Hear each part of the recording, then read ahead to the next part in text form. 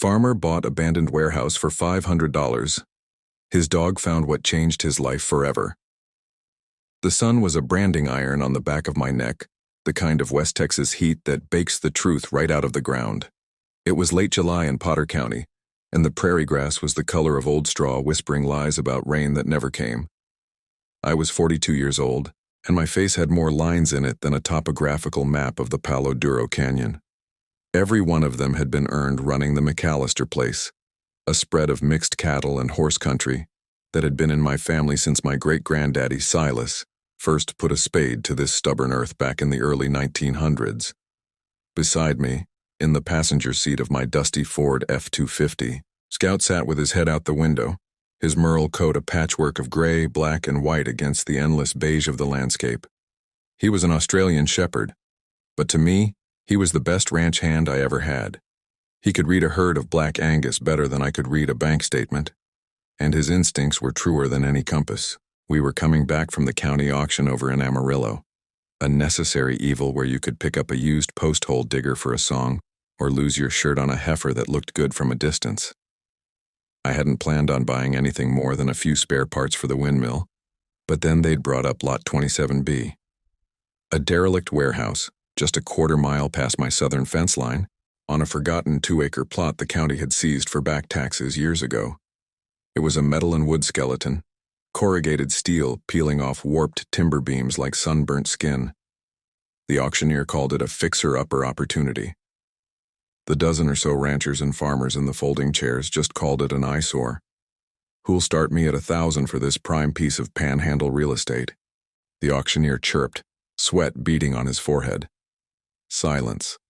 A lone cricket chirped from somewhere under the bleachers. $500 then. $500, folks, for the structure and the land it sits on. Can't beat that with a stick. I don't know what came over me. Maybe it was the heat messing with my head. Maybe it was the thought of having a place to store hay that wasn't a 30-year-old barn with a leaky roof. Or maybe it was just the McAllister stubbornness kicking in, the same foolish pride that made my ancestors bet their lives on this unforgiving land. I raised a finger. Sold, to Cole McAllister for $500. The drive home was quiet, save for the hum of the tires on the hot asphalt. Scout whined softly, as if he knew I'd done something impulsive. "Easy, boy," I murmured, scratching behind his ears. "It's just an old building. Good for storage. Keep old man Langston from looking at it and complaining if nothing else." Jeb Langston's ranch bordered mine to the south, and his family and mine had been feuding over fence lines and water rights since before the Dust Bowl. He was a sour old man who believed every good thing that happened to a McAllister was a personal slight against the Langstons. The warehouse sat right on the edge of the disputed territory, a neutral ground of rust and ruin. When we pulled up to it, the place looked even worse up close. The big sliding door was rusted half open, hanging crooked on its track. Weeds grew thick and tall through cracks in the concrete foundation. The wind, which never stops in the panhandle, whistled through a dozen broken window panes, making a low, mournful sound. It smelled of dust, decay, and the ghosts of forgotten business. I grabbed a heavy-duty flashlight from the truck and slid through the gap in the door, my boots crunching on broken glass. Scout followed at my heel, his nails clicking on the concrete floor. Inside, the space was cavernous. Shafts of sunlight cut through the gloom, illuminating dancing dust motes. Pigeons had made a home in the high rafters, and their coos echoed in the vast emptiness.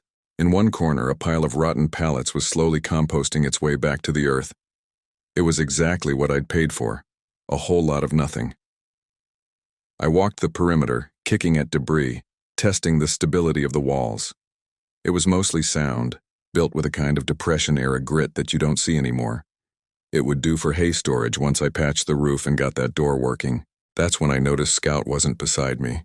He was over by the far wall near one of the massive I-beams that supported the whole structure. His body was tense, his tail low and still. A low growl rumbled in his chest, a sound I usually only heard when a coyote got too close to the calving pens. "Scout, what is it, boy?" I called out. He ignored me. His nose was pressed to the concrete floor, right where it met the rusted base of the steel beam. He whined, a high, anxious sound that raised the hairs on my arms. Then he started digging, not just a playful scratch, but a frantic, desperate frenzy. His paws scrabbled against the hard concrete, making a useless, grating noise. He dug and dug, looking back at me with wild eyes as if begging me to understand. I walked over and knelt beside him. "Hey, what's got into you? There's nothing there but concrete." I ran my hand over the floor. It was thick, solid, industrial-grade stuff, but as I felt along the edge where it met the wall, my fingers brushed against something, a faint, almost imperceptible line. It wasn't a crack from settling. It was too straight, too deliberate. It formed a perfect rectangle, about 3 feet by 5, a shape hidden by a century of dust and grime. Scout stopped digging and looked at me, panting, his intelligent eyes fixed on my face. He'd found something. I didn't know what it was, but that dog had never lied to me in his life. Right then, standing in the dusty gloom of that $500 mistake, I felt a shiver go down my spine that had nothing to do with the wind. The warehouse wasn't empty. It was holding a secret, and my dog was determined to dig it up. The next morning, I was back at the warehouse before the sun had fully cleared the horizon, painting the eastern sky in shades of pale rose and orange. The air was cool for now, a temporary mercy. I had a sledgehammer, a crowbar, and a generator-powered work light in the bed of my truck.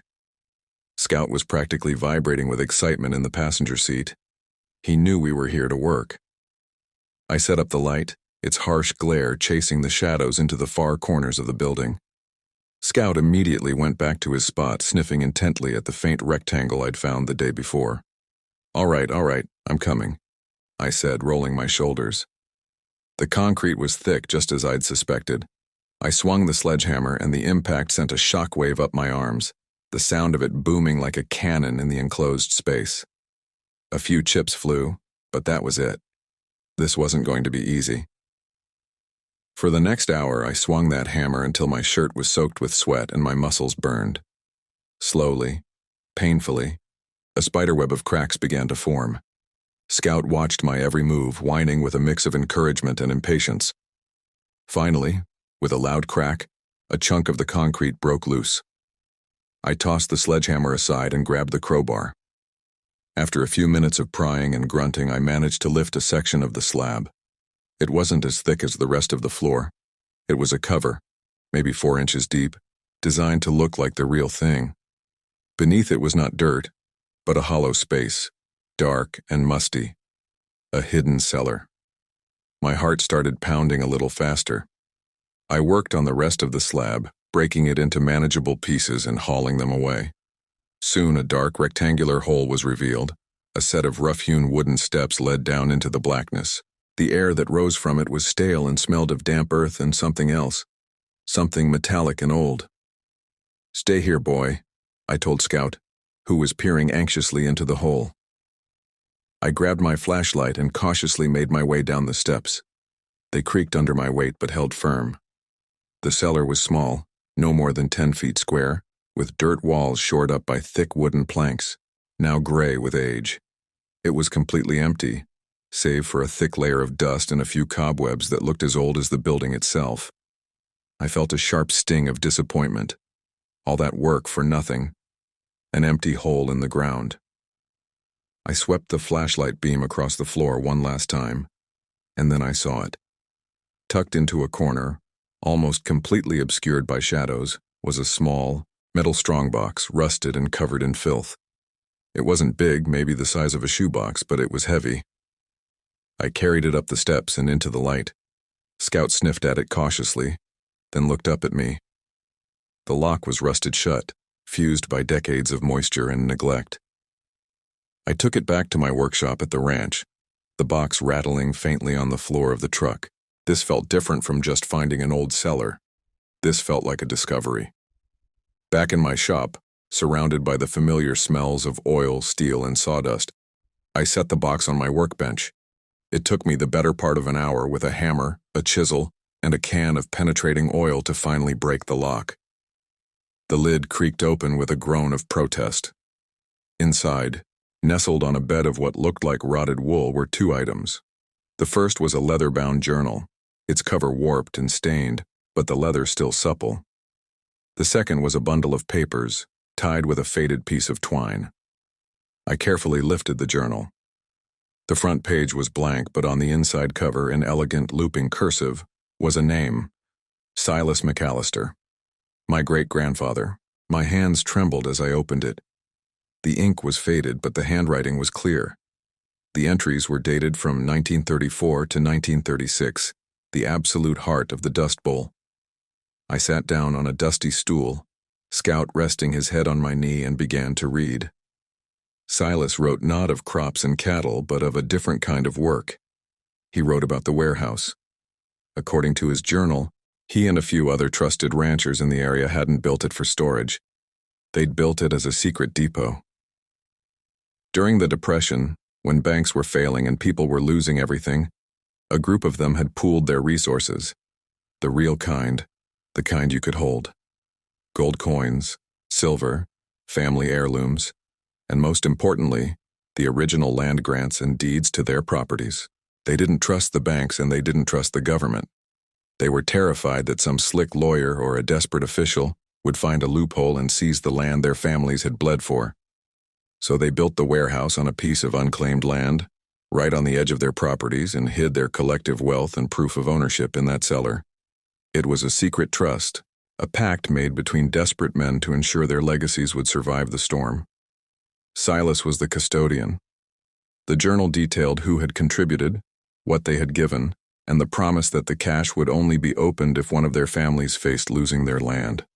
My head was spinning. This wasn't just my family's history. It was the history of our whole community, a secret kept for nearly 90 years. I turned my attention to the bundle of papers. I untied the twine, my fingers fumbling. They were exactly what the journal described: deeds, surveys, and original land grants from the state of Texas, signed in the late 1800s. I found the one for the McAllister Ranch, the paper brittle and yellowed, and tucked inside it was a smaller, hand-drawn map. It showed the original boundaries of our property. My eyes traced the southern line, the one that bordered the Langston place.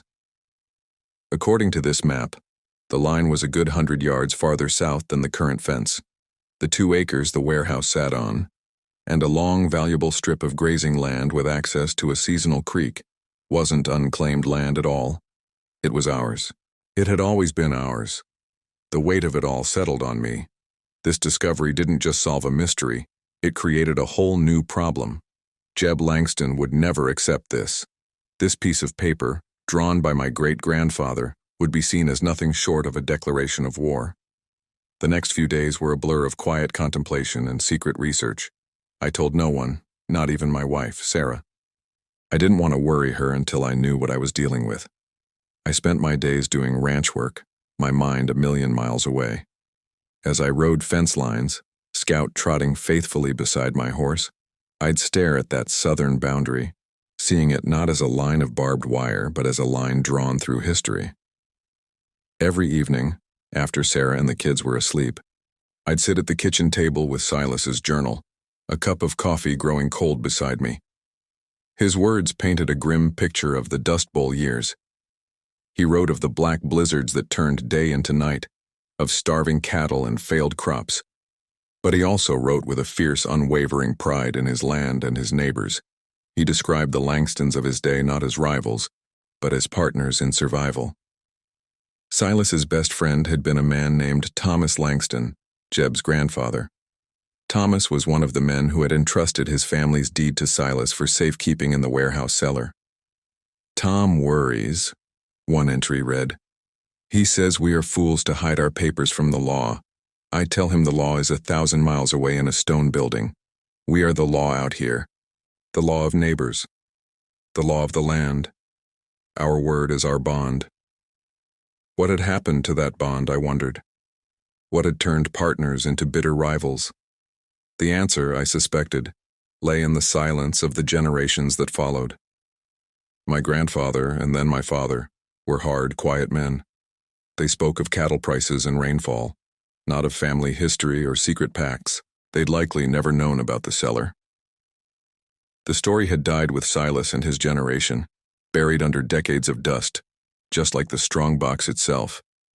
I knew I couldn't just march over to Jeb Langston's place and slap an old map on his porch. I needed more. I needed proof that was admissible in a world that ran on lawyers and surveyors, not on a man's word. My first stop was the Potter County Courthouse in Amarillo. The clerk's office was in the basement, a warren of beige file cabinets and the smell of old paper. A kind woman named Brenda, who looked like she'd been filing deeds since the Truman administration, peered at me over her glasses. "McAllister," she said, her voice raspy. "Don't see you in town much, Cole. What can I do for you? Another dispute with Jeb Langston?" The whole county knew about our feud. "Something like that," I admitted. "I need to see the original survey maps for my property and the Langston place, the ones from the founding." She sighed and led me to a massive leather-bound book that looked like it weighed more than a hay bale. "It'll be in here somewhere. Good luck." For hours, I pored over the faded maps and property records. It was all there in black and white. The official county survey from 1925 showed the boundary exactly where the current fence was.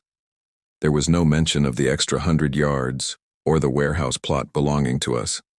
My heart sank. Silas's map was just a drawing. This was the official record. But then I found something else. Tucked into the back of the ledger was a separate file for boundary adjustments and disputes. I flipped through the brittle pages. In 1938, 2 years after the last entry in Silas's journal, there was a record of a change to the McAllister-Langston property line. It was signed by Jeb's grandfather, Thomas Langston, and a county official. My great-grandfather's signature was absent. According to the document, the boundary was officially moved north, ceding the strip of land, including the creek access and the plot with the warehouse, to the Langstons. The reason cited was settlement of a private debt. A cold anger started to burn in my gut. What debt? Silas's journal never mentioned any debt to Thomas Langston. It only spoke of trust and partnership. This felt wrong. It felt like a betrayal. My next stop was the place where all local history eventually ends up, the counter at the Prairie Dog Diner. Hank, the owner, was in his late 70s and had a memory like a steel trap. I ordered a coffee and sat at the counter, waiting for the lunchtime rush to die down. "Cole," Hank said, wiping the counter with a damp rag. "You look like you've seen a ghost." "Maybe I have, Hank," I said. "I wanted to ask you about the old days, about the Dust Bowl. You ever hear stories about my great-granddad Silas and Thomas Langston?" Hank's eyes lit up. He loved to talk history. "Silas McAllister and Tom Langston? Heck, son, they were thick as thieves, stood by each other through the worst of it. Everyone around here knew that. Why, I remember my own daddy telling me that during the worst drought, when the banks were taking everything, Tom Langston almost lost his whole spread. Daddy said Silas stepped in, saved him, though no one ever knew exactly how." I pushed the courthouse document across the counter. "Then can you explain this? This says Silas gave Tom a piece of our land to settle a debt in 38. Hank squinted at the paper. He was silent for a long time. "Well, I'll be," he breathed. "That don't make a lick of sense. Silas giving away land with creek access? In the middle of a drought? That's like giving away your own blood. There's something missing from this story, Cole, something big."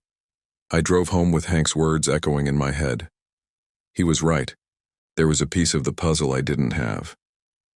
That night, I went back to the attic. My father had kept everything. Not out of sentiment, but because he was a man who never threw anything away. I searched through old trunks, boxes of receipts, and photo albums. In the bottom of a heavy cedar chest underneath my mother's wedding dress, I found another stack of journals. These were my father's. They were mostly filled with a rancher's daily accounting, rainfall totals, cattle counts, feed prices. But as I flipped through the one from the year he took over the ranch from my grandfather, a single, uncharacteristic entry caught my eye. Cleaned out Grandpa Silas's old desk today, found a locked drawer. Inside, a single letter from Thomas Langston dated 1938. Didn't understand all of it. Something about the warehouse and a promise. Dad said to burn it. Said some things are better left buried. I didn't burn it. I can't. But I put it away. Some secrets feel heavier than stone. My breath caught in my throat. I tore through the rest of the trunk, my hands shaking. And there, at the very bottom, tucked inside a dusty copy of The Book of Common Prayer, was a yellowed envelope. I pulled out the letter. The handwriting was shaky, filled with a desperate energy. It was from Thomas Langston to Silas. Silas, it began. I have done a terrible thing. The man from the bank came again. He said he had found a way, a federal relief program. He could get me a loan to save my land, but only if I had more collateral, more acreage with water. He pointed to your strip of land along the creek. He told me that since you were holding my deed, you were in a position of power over me, and the county would look favorably on a boundary adjustment in my favor. He helped me file the papers. He said it was just a formality, that we could sort it out later. He promised me, Silas. But now the loan has gone through, the boundary is official, and he says there's nothing to be done. He tricked me. I have betrayed your trust, my friend. I don't know how to make this right. I am ashamed. I will find a way to honor our agreement. The contents of that cellar are yours and the others, to be held in trust as we swore. This land will be returned, I swear it on my family's name. It was all there. The betrayal, the shame, the promise of redemption. Thomas Langston hadn't stolen our land. He'd been tricked into it by a predatory lender, a common story in those desperate times. And he'd intended to make it right. But he never did.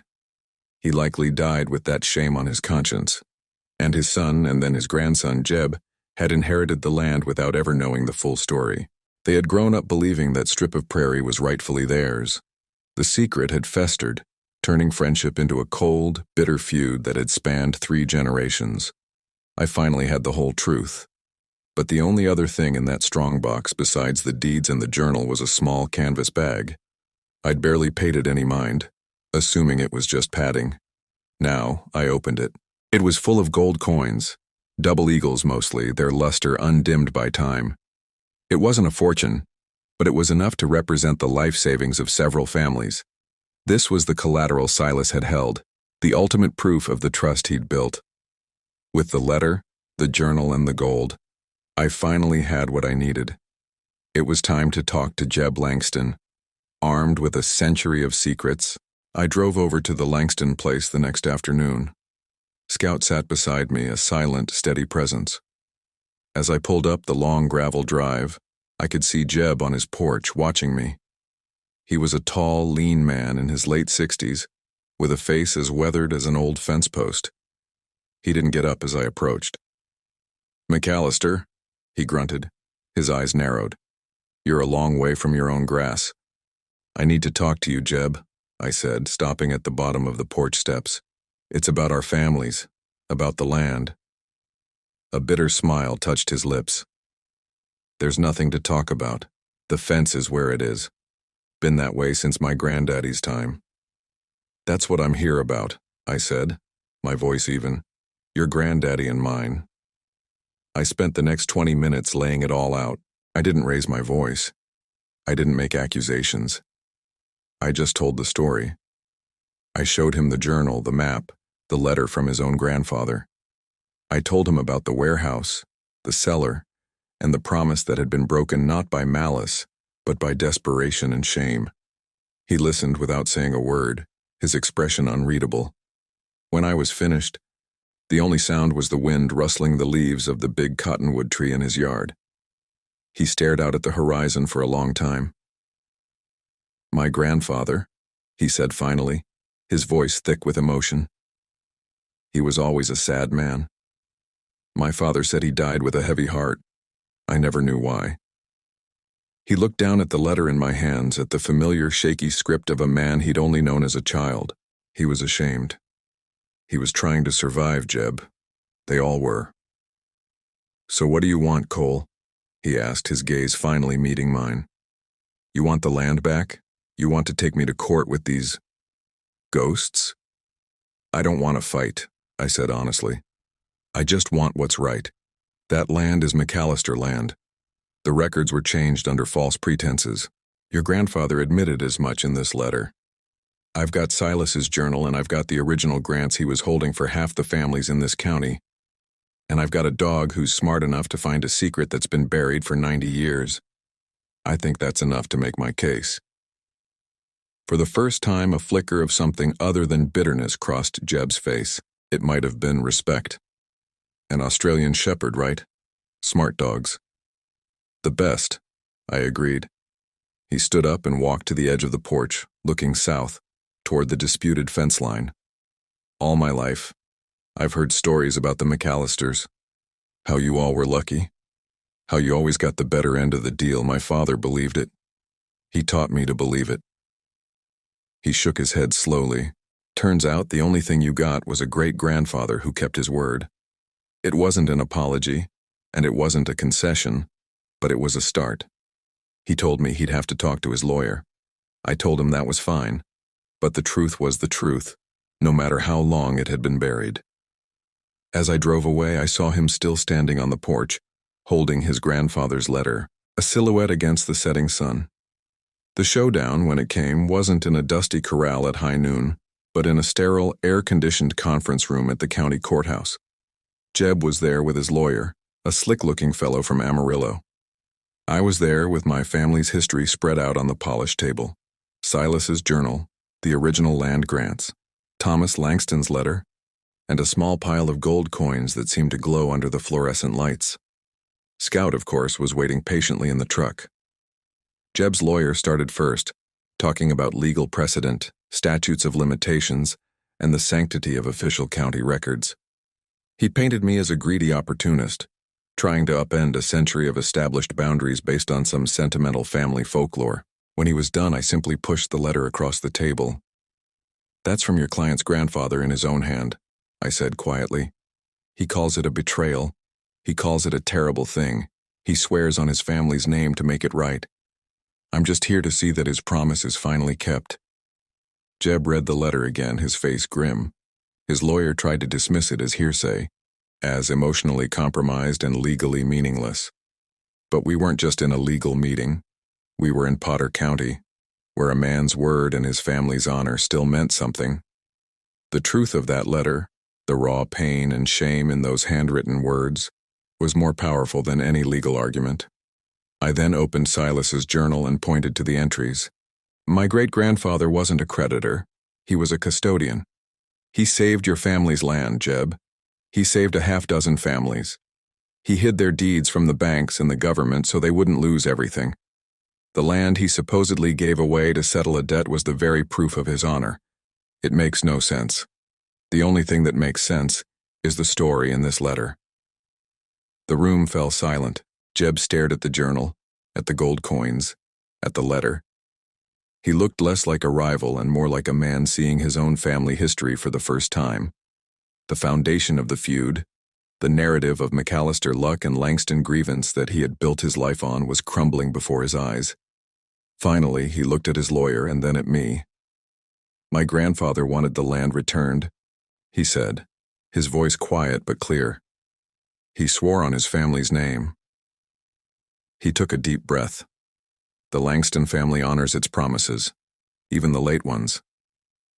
His lawyer looked stunned, but Jeb was resolute. We spent the next hour working out the details.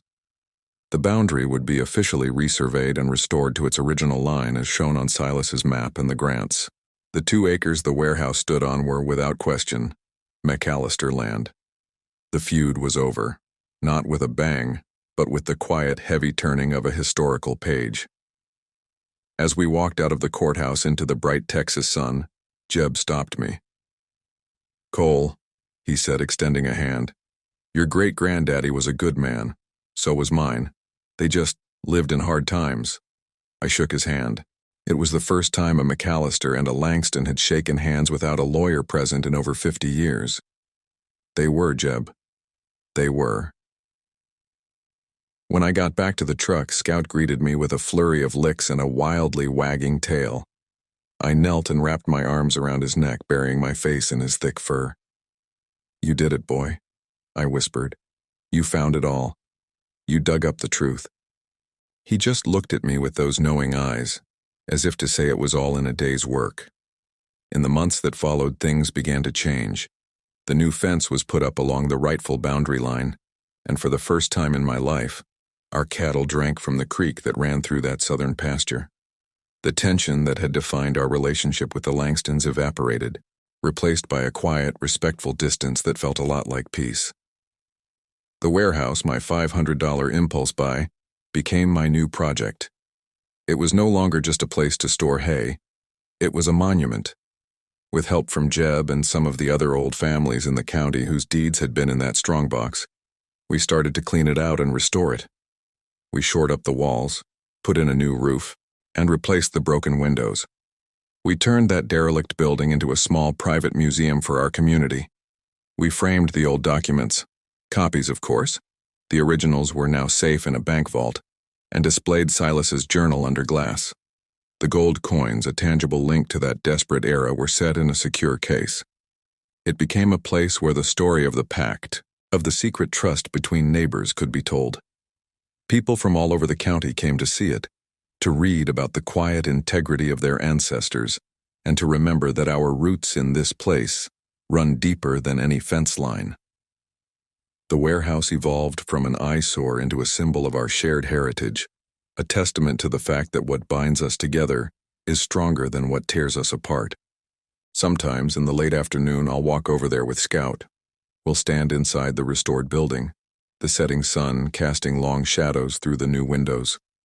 I'll look at the pictures of Silas and Thomas Langston, standing side by side, two young men facing an uncertain future with nothing but their grit and their word. And I'll feel an overwhelming sense of gratitude. I came here looking for storage space and found my family's soul. I thought I'd bought a worthless pile of junk, but it turned out to be priceless. It held the key to our future, the honor of our past, and a lesson about loyalty that I'll carry with me for the rest of my days. Scout will lean against my leg, and I'll scratch him behind the ears. Out here, on this vast, windswept land, you learn that the greatest treasures aren't made of gold. They're found in the stubborn earth, in the stories of those who came before, and in the unwavering loyalty of a good dog who knows exactly where to dig.